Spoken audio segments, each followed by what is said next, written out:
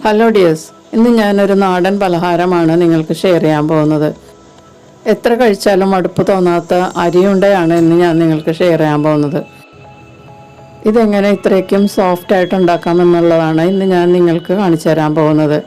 ഇത് ടോഫി പോലെ വായിൽ വെച്ചാൽ അലിഞ്ഞു പോകുന്ന രീതിയിലാണ് ഈ അരിയുണ്ട ഉണ്ടാക്കിയാൽ നമുക്ക് കിട്ടുന്നത്. അപ്പോൾ ഇതെങ്ങനെയാണ് ഉണ്ടാക്കുന്നതെന്ന് ഒന്ന് കണ്ടു നോക്കാം. ചുവട് കട്ടിയുള്ള ഒരു പാൻ നല്ലതുപോലെ ചൂടാക്കിയതിന് ശേഷം ഇതിലേക്ക് 1/2 കപ്പ് അളവിൽ ബ്രൗൺ റൈസ് ചേർക്കുക. ഞാനിത് കുത്തരിയാണ് എടുത്തിരിക്കുന്നത്. നിങ്ങൾക്ക് വേണമെങ്കിൽ വെള്ള അരിയും ഉപയോഗിക്കാം. ചോറ് വെക്കണ അരിയാണ് എടുക്കുന്നത്, പച്ചരി അല്ല. ഇത് ഞാൻ നന്നായിട്ട് കഴുകി വെയിലത്തിട്ട് ഉണക്കിയിട്ട് എടുത്താണ് കേട്ടോ. അരിയിൽ ധാരാളം അഴുക്കുണ്ടാവും, അതുകൊണ്ട് ഞാൻ കഴുകി വെയിലത്ത് വെച്ച് ഉണക്കിയിട്ടാണ് എടുത്തിരിക്കുന്നത്. ഇത് മീഡിയം ഹീറ്റിൽ നല്ലതുപോലെ ഒരു 3 മിനിറ്റ് ചൂടാക്കുക. അപ്പോൾ ഏകദേശം ഒരുവിധം നല്ലതുപോലെ പൊട്ടിക്കഴിയും. അതിനുശേഷം ഇത് 1 മിനിറ്റ് ലോ ഫ്ലെയിമിലും കൂടി ചൂടാക്കുക. അപ്പോൾ ഈ അരിയെല്ലാം ഏകദേശം പൊട്ടിത്തീരുന്നത് വരെ ഇതുപോലെ ഇളക്കി കൊടുക്കുക. നല്ലതുപോലെ ഫ്രൈ ആകും ഇത്.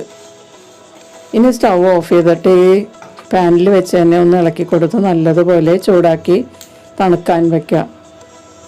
കരിച്ച് കളയരുത്. നന്നായിട്ട് ഇളക്കി കൊടുത്ത് തന്നെ ഫ്രൈ ചെയ്തെടുക്കണം.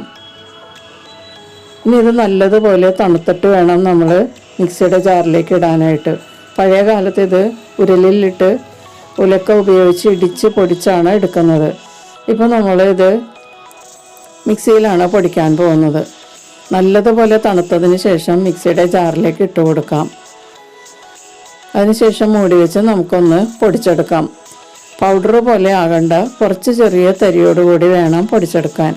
ഇനി ടേസ്റ്റിന് വേണ്ടിയിട്ട് ഇതിലേക്ക് ഒരു പിഞ്ച് ഉപ്പ് ചേർത്ത് കൊടുക്കാം. ശർക്കര ചേർക്കുന്നത് കൊണ്ട് കുറച്ച് ഉപ്പ് ചേർത്താൽ ടേസ്റ്റ് കൂടും. ഇനി ഇതിലേക്ക് 1 കപ്പ് അളവിൽ ചിരകിയ തേങ്ങ ചേർത്ത് കൊടുക്കാം. സ്പൂൺ അളവിലാണെങ്കിൽ 5 ടേബിൾ സ്പൂൺ ചിരകിയ തേങ്ങ എടുത്തിട്ടുണ്ട്. ഇനി തേങ്ങയുമായിട്ട് നല്ലതുപോലെ ഒന്ന് മിക്സ് ചെയ്തെടുക്കാം. ഇപ്പം തേങ്ങയും അരി പൊടിച്ചതും നന്നായിട്ട് മിക്സ് ആയിട്ടുണ്ട്. ഇനി നമുക്കിതിലേക്ക് ശർക്കര ചേർത്ത് കൊടുക്കാം. ശർക്കര പൊടിയായിട്ട് ചേർക്കണവർക്ക് അങ്ങനെയും ചേർക്കാം. ഞാനിതുപോലെ മെൽറ്റ് ചെയ്തിട്ടാണ് ചേർക്കുന്നത്. ശർക്കര മെൽറ്റ് ചെയ്തത് 1/4 കപ്പ് അളവിൽ ചേർക്കുന്നുണ്ട്. ശർക്കര പാനി ചേർത്തതിന് ശേഷം മൂടി വെച്ച് നല്ലതുപോലെ ഒന്ന് മിക്സ് ചെയ്തെടുക്കാം. ഇപ്പോൾ ശർക്കരയും തേങ്ങയും നമ്മൾ അരി വറുത്ത് പൊടിച്ചതും എല്ലാം കൂടി നല്ലതുപോലെ മിക്സപ്പ് ആയിട്ടുണ്ട്. ഇതിപ്പോൾ നല്ലതുപോലെ നമുക്ക് ഉരുട്ടിയെടുക്കാൻ പാകത്തിലായിട്ടുണ്ട്. നല്ല വെറ്റായിട്ടാണ് ഇരിക്കുന്നത്. കൂടുതൽ വെറ്റാകാൻ പാടില്ല. ഇത് കറക്റ്റ് പാകമാണ്. ഈ അളവിൽ നിങ്ങൾ ഉണ്ടാക്കിയാൽ ഇതുപോലെ ആയി കിട്ടും. ചേരുവകളെല്ലാം ഇതേ അളവിൽ തന്നെ എടുത്താൽ മതിയാകും. ഇത് നമുക്കൊരു പരന്ന പാത്രത്തിലേക്ക് മാറ്റാം. അരിയുണ്ടയുടെ അതേ രുചിയിൽ കഴിക്കണമെങ്കിൽ ഇതിൽ ഏലക്കപ്പൊടി ഒന്നും ചേർക്കരുത്. ഇനി നമുക്കിതൊന്ന് എല്ലാം കൂടി ഒന്ന് കുഴച്ചെടുക്കാം.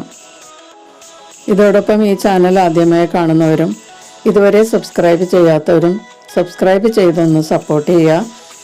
അതിനടുത്ത ബെല്ലൈക്കൺ എനേബിൾ ചെയ്ത് എൻ്റെ അടുത്തടുത്ത വീഡിയോസ് ഉറപ്പ് വരുത്തുകയും ചെയ്യുക. അപ്പോൾ ഞാൻ തേങ്ങയും ശർക്കരയും അരിയും എല്ലാം കൂടി പൊടിച്ചെടുത്തത് നല്ലതുപോലെ ഒന്ന് കുഴച്ചെടുത്തിട്ടുണ്ട്. ഇനി നമുക്കിതിൽ നിന്ന് കുറച്ചെടുത്തിട്ട് ഉരുട്ടിയെടുക്കാം. ശർക്കര പാനിയൊക്കെ ചേർത്തത് കൊണ്ടാണ് ഇതുപോലെ നമുക്ക് കിട്ടുന്നത്. ശർക്കര പൊടിച്ച് ചേർത്താൽ ഇത്രയും സോഫ്റ്റായിട്ട് നമുക്ക് ഈ മാവ് കിട്ടില്ല. പിന്നെ ശർക്കരയിലെ കല്ലും മണ്ണും ഒക്കെ നമ്മളിത് കഴിക്കുമ്പോൾ കടിക്കുകയും ചെയ്യും. അപ്പോൾ ഇതുപോലെ ചേർക്കുകയാണെങ്കിൽ നല്ല സ്മൂത്തായിട്ടുള്ള ഈ മാവ് ഇതുപോലെ ആയി കിട്ടും. നല്ല സോഫ്റ്റായിട്ടാണ് ഇതിരിക്കുന്നത്. നാവിൽ വെച്ചാൽ അലിഞ്ഞു പോകും. അത്രയ്ക്ക് ടേസ്റ്റുമാണ്, നല്ല സോഫ്റ്റുമാണ്. ഇതിൽ തേങ്ങ പച്ചത്തേങ്ങയാണ് ചേർത്തിരിക്കുന്നത്. അതുകൊണ്ട് നമ്മൾ ഇതുണ്ടാക്കിയാൽ ഉടനെ കഴിച്ച് തീർക്കണം. ഇത് നമ്മളപ്പോൾ കഴിക്കാൻ മാത്രമായിട്ട് ഉണ്ടാക്കുന്നതായിരിക്കും നല്ലത്. ഒരു നേരം കഴിക്കാൻ എത്രമാത്രം വേണമോ അത്രമാത്രം നമ്മൾ ഉണ്ടാക്കിയെടുക്കുക. വൈകുന്നേരങ്ങളിൽ കുട്ടികൾക്കൊക്കെ ഉണ്ടാക്കി കൊടുക്കാൻ വളരെ നല്ലതാണ്. കുട്ടികൾ സ്കൂളിൽ നിന്ന് വരുമ്പോൾ ഇതുപോലെ ഉണ്ടാക്കി കൊടുത്താൽ അവർ വളരെ ഇഷ്ടത്തോടെ കഴിക്കും. വൈകുന്നേരങ്ങളിൽ കഴിക്കാൻ വളരെ പെട്ടെന്ന് ഉണ്ടാക്കാൻ പറ്റിയ ഒരു പലഹാരമാണ് ഈ അരിയുണ്ട. നല്ല മഴയുള്ള ദിവസങ്ങളിലൊക്കെ വൈകുന്നേരം ഉണ്ടാക്കി കഴിക്കാൻ വളരെ നല്ലതാണ്. ലഡു ഒക്കെ കഴിക്കുന്നതിലും വളരെ ടേസ്റ്റ് ആയിട്ടുള്ളതാണ് ഈ റൈസ് ലഡു അല്ലെങ്കിൽ അരിയുണ്ട. എല്ലാവരും ഒന്ന് ട്രൈ ചെയ്ത് നോക്കുക. നിങ്ങളുടെ അഭിപ്രായങ്ങളും നിർദ്ദേശങ്ങളും അറിയിക്കുക. നമുക്ക് മറ്റൊരു റെസിപ്പിയുമായി വീണ്ടും കാണാം. Thank you.